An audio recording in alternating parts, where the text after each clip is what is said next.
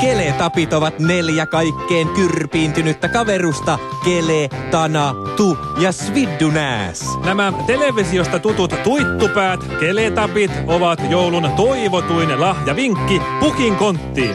Keletapit ovat eri pituisia. Sviddunääs on suurin ja hänen pinnansa katkeaa todella helposti.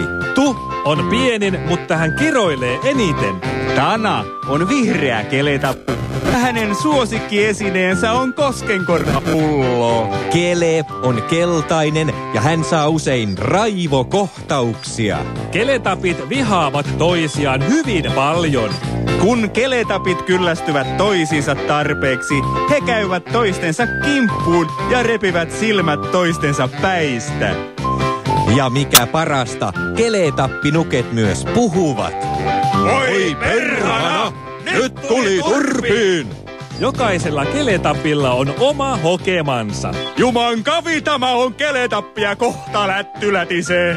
Jumankavita, mä oon keletappia, kohta lätty lätisee. Jumankavita, mä oon keletappia, kohta lätty lätisee. Jumankavita, mä oon keletappi ja kohta lätty lätisee.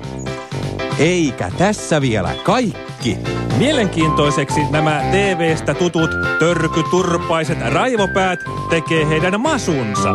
Yhtäkkiä alkaa kuulua outoa ruplatusta ja keletapin mahasta näkyy, miten paljon olutta ja makkaraa keletappi on ahminut. Osta oma keletappisi lähimmästä rautakaupastasi jaloviinapullon hinnalla. Kaukana jossain on Kapakan mäki, siellä rähjää keletappiväki.